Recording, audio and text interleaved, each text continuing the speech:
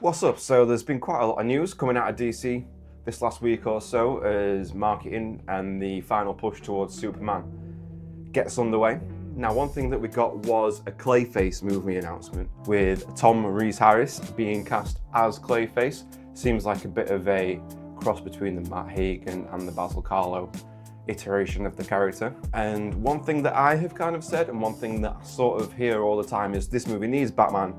It really needs Batman, or it's just kind of DOA. I've been thinking about it, I've been mulling on that point quite a bit, and I don't think it does need Batman. And I'm going to discuss why I think that in this video, I've gone through a lot of comments, a lot of arguments about why it needs Batman, and I'm going to go through them in this video and talk about why there's a counter argument there and this movie doesn't necessarily need Batman.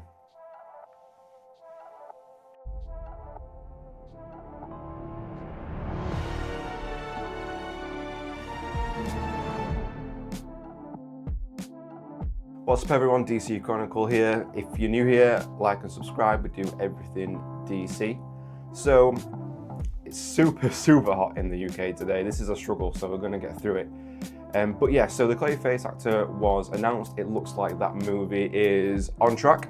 It's gonna release towards the end of next year, September 2026, which seems like a push, but for a lower budget horror film, perhaps they can turn it around in that time. And again, one of the things that you always hear is that movies like this need Batman. And there's a few things that people point to as to why this movie does need Batman. And this video, I'm going to counter argument them, but I'm not saying that the film definitely does not need Batman, or that I think that Batman won't turn up. It could be that Batman does turn up, or there's references to him throughout the whole movie, little Easter eggs. But what this video is showing is that the movie does not need Batman in order to be a success. So the points that people speak on are, they point to the kind of Sony Spider-Man villain movies performing poorly, both critically and financially.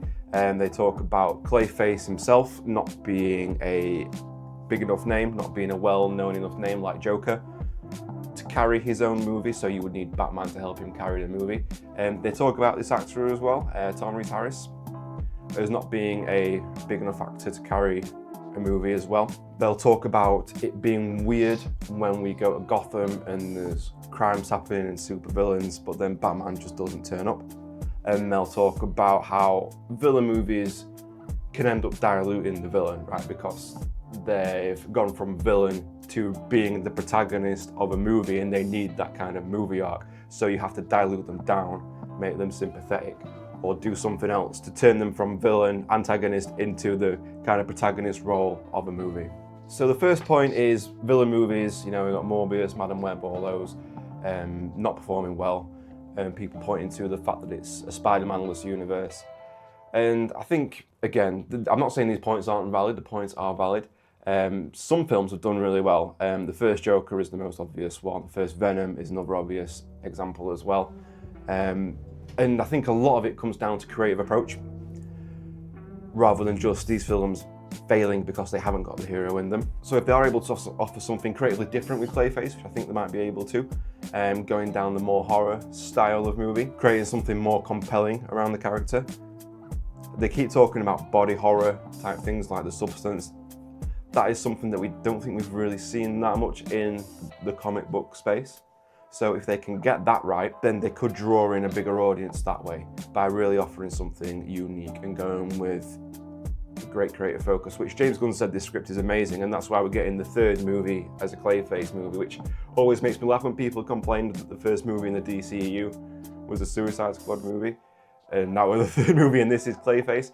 I don't care what movies come in what order, as long as we keep getting DC movies. You know, we can get a Crazy Quilt movie next for all I care, as long as they're good.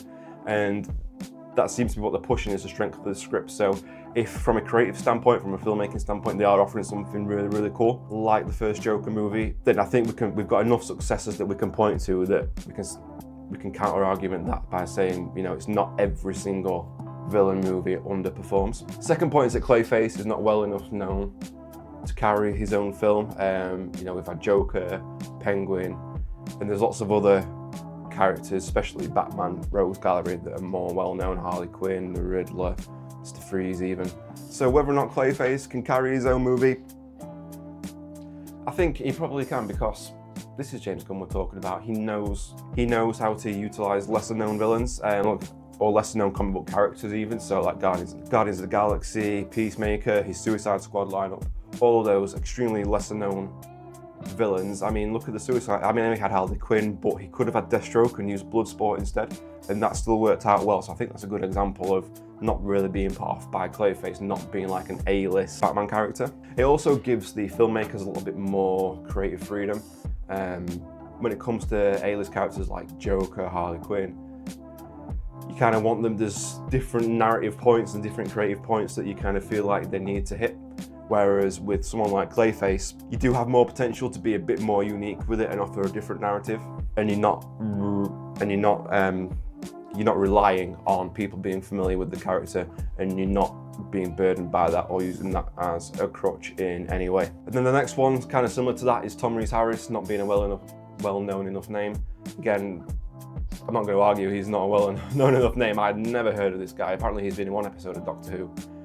I'm sure he's been in other stuff as well, but that's what he's primarily known for. So yeah, it's not like they've cast an A-list actor or anything in this role.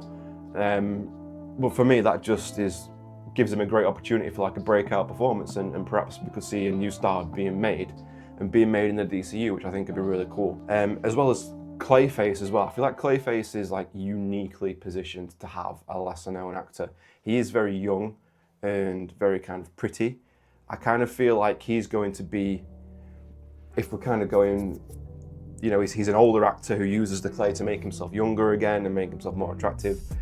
Tom Rhys-Harris is what we get after he's used the clay to put it on. And so that kind of face morphing gives a unique approach to being able to use a lesser known actor, because it helps with immersion and gets rid of some preconceived notions if Clayface is molding himself into someone else. So I think it will end up being a good thing for this movie that we don't have anyone we really associate this actor with. We can get rid of those preconceived notions, and it gives this guy, Tom Rhys-Harris, every opportunity to have like a breakout role and really catapult himself as an actor. Also helps with film credibility as well. Like, he was the right guy for the role. They haven't just, if they had cast someone really A-list for this role, you could say, well, they've just got the actor in to help boost the movie, to help at the box office. Casting an unknown does give it that little bit more credibility that they've gone for the best person for the role, and they haven't gone by name value. There was different people, so someone like Jack O'Connor, I think, would have been a bigger name for this. Clearly what they saw really must have blown them away to cast someone like that, because he seemed like nailed on for this role. So I do hope that this casting will give the film more credibility, which will help it in the long run. Fourth one is, it's kind of weird when there's crime in Gotham and Batman doesn't turn up. This is obviously off the back of the Penguin series. I loved the Penguin series, but it was a bit weird how he was not mentioned at all. And just stuff kept going on in Gotham, and it's like Batman didn't even exist. What they could do with this, and one thing that I really loved about the Batman movie, is the opening where he says, you know, it's a big city, I can't be everywhere, but my symbol is what keeps the city safe and what puts that fear into the criminals. So they could lean more into that. I don't expect this film to not mention Batman at all or act like he doesn't exist, which the Penguin TV show kind of did. And plus, if this is kind of like a origin or a start of Clayface, you could make Batman's absence a creative choice, that, you know, this is a new person, it's not really on his radar, he's got bigger villain stuff that he's dealing with in Clayface, he's taking advantage of that, he's more underground. And again, the whole DCU Batman thing is a whole nother conversation that they may not even have an actor in place when this movie comes out.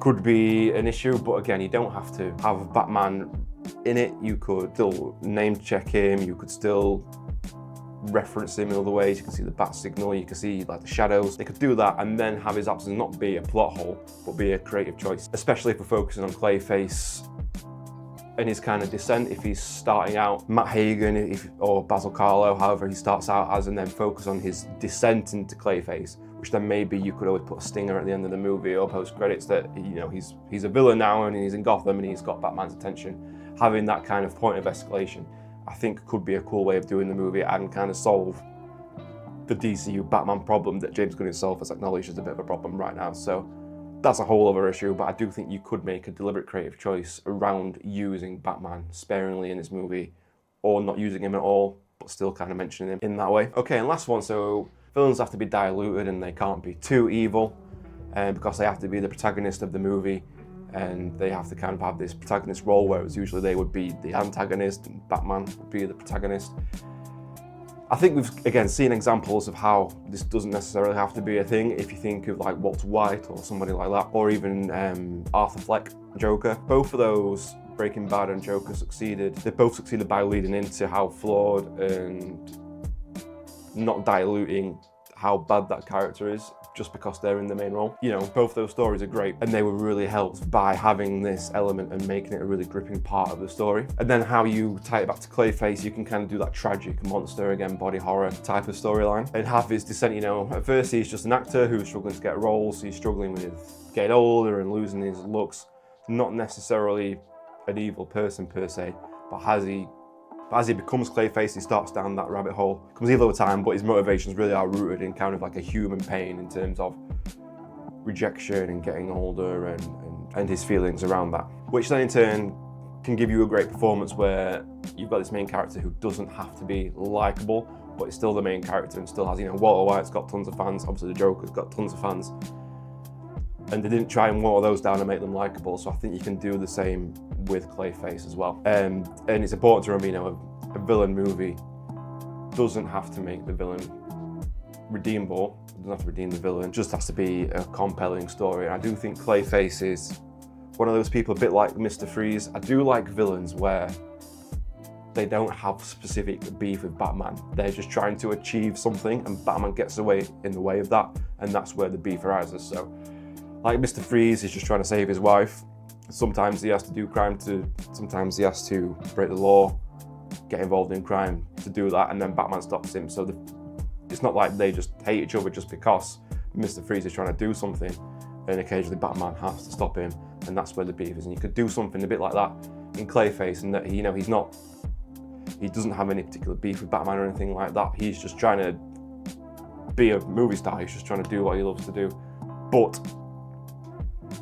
in order to do that, he crosses a line, and that's where Batman gets involved. So, yeah, I do think, again, this isn't a saying, you know, this movie would be better off without Batman or it doesn't need Batman. I do think ultimately there will be something in it. It won't be that they don't just mention Batman or they just act like he doesn't exist, like the Penguin show. I think he'll be there in some shape or form. But the point I'm trying to make is that he doesn't really need to be there, and he doesn't need to be a focal point in the movie in order for it to be a success. So what do you think? Do you think that Batman should be in this movie? Are you excited for the Clayface movie? Do you have any thoughts on it? If you do, drop them down below. Like and subscribe. We got through it. I am boiling, and I will catch you all in the next one.